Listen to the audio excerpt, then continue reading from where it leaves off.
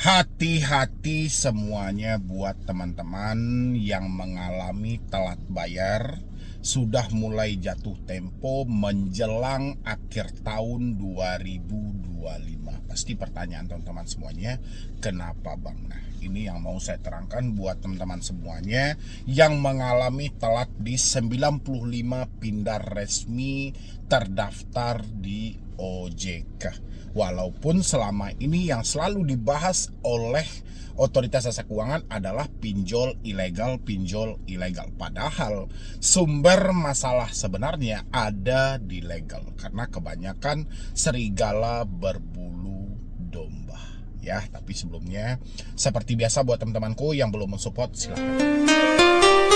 Hati-hati, saya sampaikan buat teman-teman semuanya. Ini bukan konsep menakutkan atau menakut-nakuti teman-teman semuanya. Kenapa saya bilangin kata hati-hati? Setiap kali mendekati akhir tahun, pergantian tahun, mau dari tahun pertama ke tahun kedua, ketiga, dan seterusnya. Setiap pergantian tahun, sesingkat pengalaman yang sudah saya temukan teman-teman, kasus demi kasus paling banyak di akhir tahun ini. Kasus nekat mengakhiri hidup, kasus kabur dari rumah, melakukan tindakan pidana, dan kasus-kasus lainnya hanya semata telat bayar, jatuh tempo belum ada uang, atau gagal bayar. Ya, kenapa? Pasti kenapa pertanyaan teman-teman. Teman-teman mungkin sudah melihat handphone Anda masing-masing, terutama Anda yang saat ini mengalami telat bayar langsung. Apa yang sedang terjadi di handphone Anda? Pasti keributan tanpa henti. Keributan yang seperti apa? Ada ocehan yang tidak bertanggung jawab, ada intimidasi yang tidak mendasar, ada caci maki yang tidak jelas, ada pengancaman yang tidak disebutkan ini dari mana. Itu adalah sumber penyebab, ya, yang mana nantinya Anda akan nekat melakukan tindakan yang jelas-jelas akan merugikan diri Anda sendiri. Ya, ini ranah pinjaman online, teman-teman. Kekuatan mereka satu-satunya cuman ada di komunikasi itu. Saya mungkin, teman-teman mungkin sudah capek mendengar hal itu. Kekuatan mereka hanya ada telepon, WhatsApp, dan email. Mereka tahu banyak orang yang akan mempertahankan hal itu dengan dalih tidak mau sebar data, tidak mau melibatkan orang lain. Ini yang mereka inginkan. Selagi Anda masih mempertahankan komunikasi dengan mereka, siap-siap ya, beberapa hal akan terjadi pada diri Anda. Salah satunya kesetresan dan ketakutan tanpa henti setiap harinya. Ya, Anda akan stres, Anda akan takut, Anda akan memikirkan hal-hal yang selalu mencelakai diri Anda sendiri. Ini hati-hati teman-teman. Menjelang akhir tahun, target akan ditentukan. Ya, debt collector mempertahankan nasib mereka untuk tahun depan. Apapun akan mereka lakukan untuk mencapai target tersebut. Ya, pihak pinjol pasti menekankan dengan penagih hutang yang menjalin kerjasama dengan mereka. Nah, inilah yang harusnya teman-teman lebih waspada lagi buat kedepannya, supaya jangan sampai teman-teman masuk atau menjadi korban berikutnya karena logika yang tenggelam, perasaan yang selalu terdepan. Hati-hati teman-teman. Drama akan dikirimkan secara langsung kepada diri Anda melalui telepon dan melalui WhatsApp ataupun email. Ya, saya tidak mau lagi kecolongan teman-teman nekat mengakhiri hidup, nekat melakukan tindakan pidana, sampai gali lubang tutup lubang, sampai menjual aset-aset yang ada dan segala macam. Saya tidak pengen lagi mendengar Anda melakukan tindakan-tindakan buruk. Hal ini masih kita bisa cegah di hari ini. Ya, saya tahu teman-teman semuanya orang baik, orang yang mempunyai itikat baik untuk menyelesaikan semua ini. Kalau memang benar-benar teman-teman mempunyai itikat baik untuk menyelesaikan semua ini, otomatis hal yang harus Anda lakukan adalah bekerja dan berusaha. Bekerja dan berusaha ini ya, atau Anda pengen beraktivitas untuk mendapatkan hasil supaya bisa menyelesaikan hutang-hutang, adalah yang Anda butuhkan ketenangan. Bagaimana mungkin Anda bisa tenang kalau setiap hari handphone Anda berdering? Bagaimana mungkin pemikiran Anda bisa fokus kalau setiap hari Anda diancam? Ya, bagaimana mungkin Anda bisa serius melihat-lihat peluang-peluang di depannya kalau setiap hari ada email somasi. Nah, kalau teman-teman mempunyai itikat baik, mau merubah hidup Anda buat ke depannya, mau menyelesaikan semua ini buat ke depannya, saya sarankan putus semua komunikasi yang terhubung mulai hari ini. Ya, jangan Anda tunggu pergantian tahun. Kacau nanti, percaya sama saya, lihat handphone Anda masing-masing. Mungkin banyak orang yang hari ini yang sedang fobia ya, melihat handphone Anda, melihat WhatsApp, melihat SMS, melihat telepon, pasti banyak yang fobia, serba takut dan segala macam. Anda tahu penyebabnya, Anda tahu sumber masalahnya, jangan dibiarkan. Jangan Anda memikirkan, kalau saya ganti nomor nanti merembes ke sini. Kalau saya ganti nomor nanti merembes ke sini. Hal itu nggak ada. Yang jelas hari ini, ambil satu keputusan yang paling terbaik. Bagaimana menyelamatkan diri Anda untuk jangka panjang.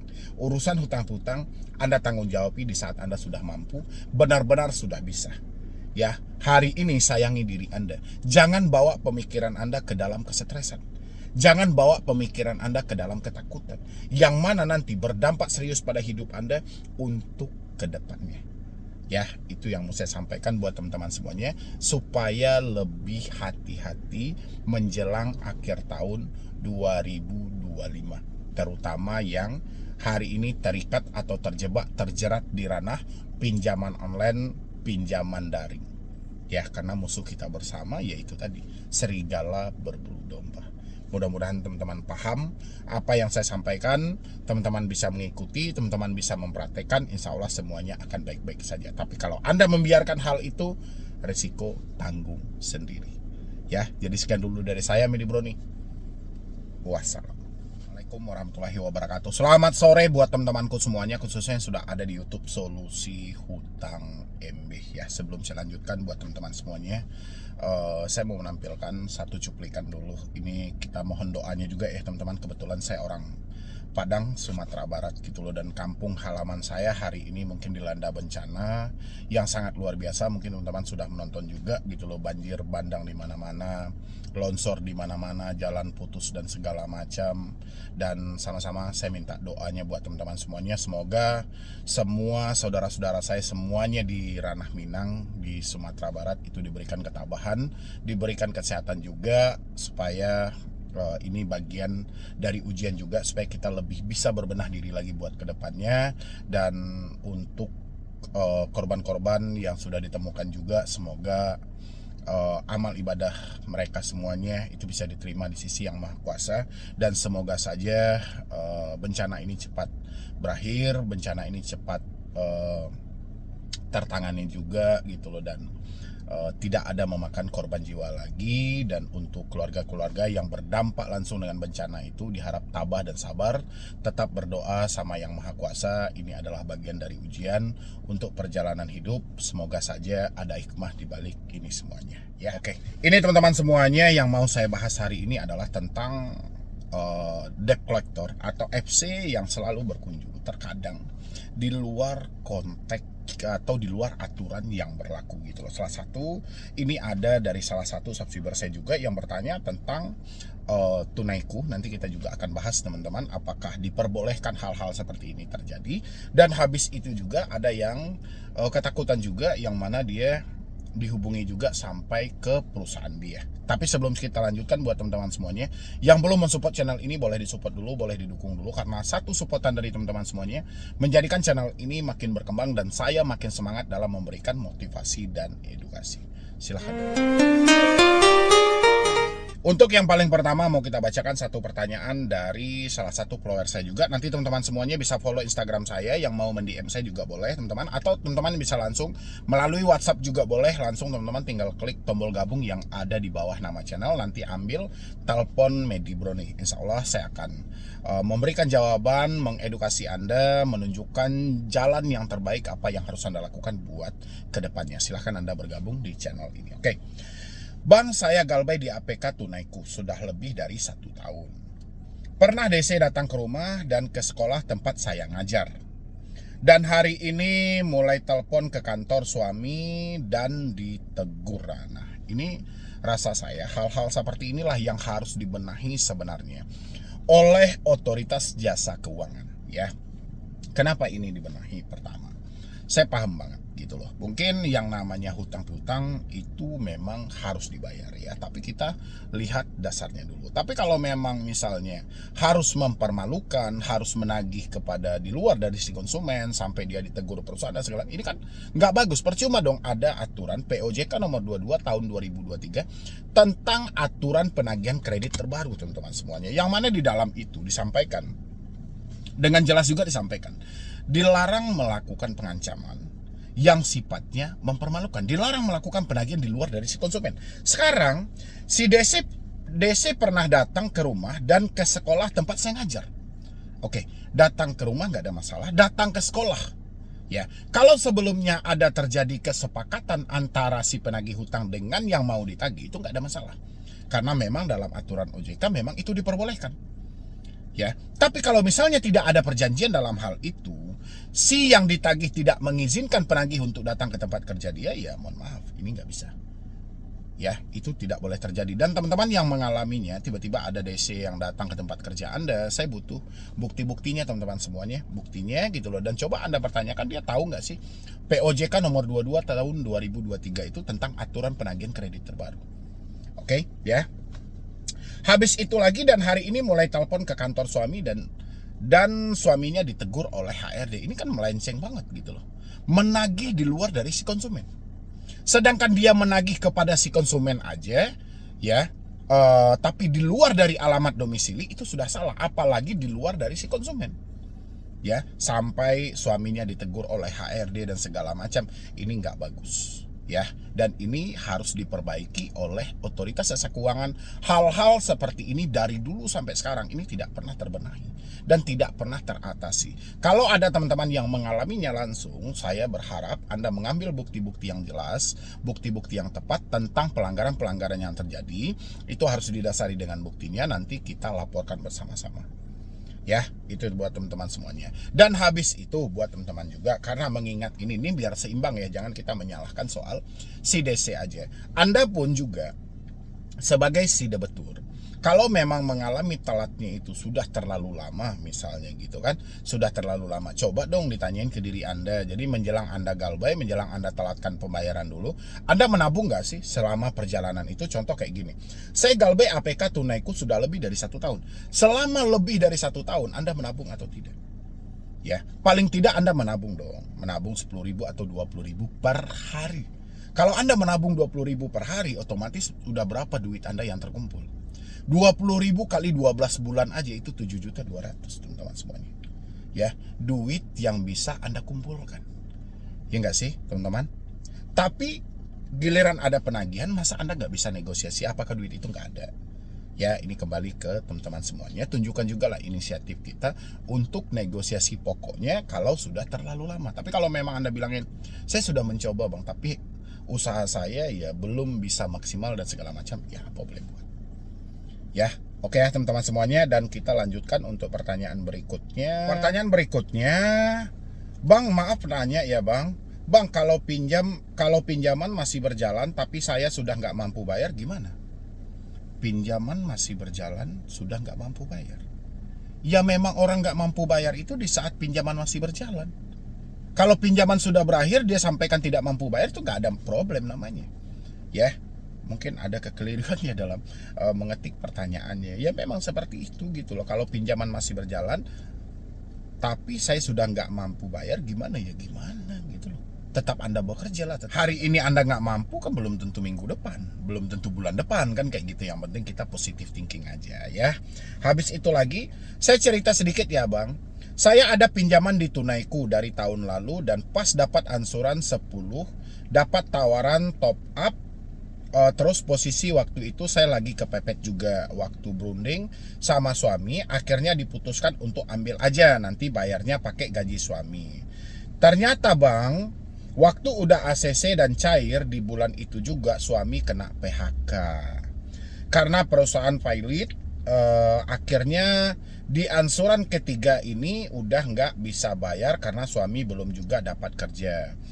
Lalu saya sudah disamparin DC lapangan dari tanggal 6 kemarin Sampai hari ini sudah 4 kali kunjungan. Saya sudah jelaskan, tapi pihak DC menuntut untuk membayarkan sementara saya belum ada. Ya memang seperti itu. Kalau debt collector itu kalau sudah datang, pasti tuntutannya harus dibayarkan gitu loh. Tapi tinggal dari kita. Kalau kita memang belum ada kan sampaikan baik-baik ya. Dan sambil suami Anda berusaha bekerja juga, oke? Solusi saya gimana bang? Dan apa yang saya lakukan bang? Karena jujur saya bingung. Karena DC nyamparin saya ke tempat kerja saya. Emang nggak jauh dari rumah sih bang. Dan gaji saya cuma 1,5 juta per bulan. Untuk biaya hidup masih kurang dan minjem sana sini. Serta semua perhiasan sudah habis terjual bang. Oke. Mungkin hal ini saya cukup paham ya, dengan gaji 1,5. Dengan kamu berkeluarga, ada anak, ada tanggungan, itu memang jauh dari kata cukup, oke? Tapi coba kamu negosiasi dulu, kamu minta restrukturisasi seperti yang disampaikan oleh orang OJK juga. Datangin aja pihak dari Tunaiku biasanya kan ada Amar Bank tuh yang dekat-dekat dari tempatmu itu. Coba minta restrukturisasi, bisa nggak ditunda dulu pembayarannya? Bisa nggak minta sementara waktu kita jangan ditagih dulu, atau kita bayar berapa dulu deh gitu loh, biar mengurangi hutang gitu loh ya. Coba minta opsi-opsinya, mana tahu bisa seperti itu. Karena OJK waktu itu ngomongnya enteng banget ya kan, yang penting jangan lari dan bla bla segala macam gitu loh. Coba aja ikuti aturan itu dulu, ya kan, mana tahu, ya enggak sih? Perhiasan sudah habis terjual bang. Saya bingung ngadapin DC yang melakukan kunjungan. Saya tahu ini konsekuensi yang harus saya terima saat galbay. Kalau untuk menghadapi DC yang kunjungan itu, menghadapinya sih simpel-simpel aja gitu loh. Sebelum kita berkomunikasi ya mungkin kita lihat dulu ID card-nya, surat kuasanya, sertifikatnya. Kalau 3 hal ini sudah ditunjukkan, mungkin kita sampaikan apa yang menjadi problem, apa yang menjadi kendala gitu loh. Kita jelaskan aja. DC mengerti, syukur. DC tidak mengerti, ya itu hak mereka. Ya kan? Kita juga nggak peduli dalam hal itu. Yang penting kita menjelaskan fakta yang terjadi dan kita menunjukkan itikat baik kita. Kalau misalnya dibilangin suamimu kena PHK dan segala macam sampai sekarang belum mendapatkan pekerjaan, si orang-orang semuanya paham gitu loh. Kalau dengan gaji 1,5 kamu dalam berkeluarga harus ada tanggungan anak, makan minum, itu jelas itu tidak akan cukup. Tapi jelaskan aja apa adanya dulu ya. DC-nya bisa mengerti, oke. DC tidak mengerti, oke. Yang penting jangan pernah menjanjikan sesuatu sama debt collector yang datang ke rumah. Contoh kamu bilang, Pak kalau hari ini saya belum ada, gimana kalau tanggal sekian bulan depan? Jangan seperti itu. Ya sampaikan aja, Pak mohon maaf, hari ini saya memang sudah saya sampaikan fakta hidup saya seperti apa, dan saya perjuangkan untuk kedepannya. Saya tidak bisa memberikan kapan tanggal dan waktunya saya mau melakukan pembayaran, tapi yang jelas saya minta toleransi perpanjangan waktu dari perusahaan Anda kalau masih diberikan. Tapi kalau misalnya tidak bisa, perusahaan Anda mempunyai aturan lain, saya siap untuk menerima resiko apapun itu, karena memang berbenturan di saat ini saya benar-benar sudah tidak mampu. Ya, kayak gitu aja teman-teman. Yang penting jangan menjanjikan sesuatu. Nah, kedepannya buat teman-teman semuanya, belajar dari kasus ini juga, jangan menganggap enteng sesuatu. Karena kita tahu nih, yang namanya ansuran itu pasti, rezeki itu misteri. Kita beranggapan rezeki kita selalu ada, tiba-tiba kita dibenturkan dengan suatu masalah, suami di PHK. Alhasil ya seperti ini. Makanya pertimbangkanlah dulu dengan matang sebelum kita masuk ke ranah hutang. Ingat, hutang piutang yang kita bentuk itu semuanya ada bunganya. Ya, tidak mungkin kita pinjam 1 juta dibalikan 1 juta, otomatis kita pinjam 1 juta dibalikan lebih. Ya, dari teman-teman semuanya mungkin dari saya cuma itu aja. Cuman kalau Anda menemukan penyimpangan atau tidak sesuai dengan aturan yang berlaku dari debt collector yang melakukan penagihan, saya meminta teman-teman semuanya kumpulkan bukti dengan jelas, kumpulkan bukti dengan benar. Nanti sama-sama kita laporkan juga, biar hal-hal ini ke depannya tidak terjadi lagi. Ya, mungkin dari saya cuma itu aja dulu buat teman-teman semuanya. Mudah-mudahan yang kepanikan, yang stres saat ini dapat terbantu dengan sesingkat video yang saya sajikan. Jadi sekian dulu dari saya, Medi Broni. Wassalam.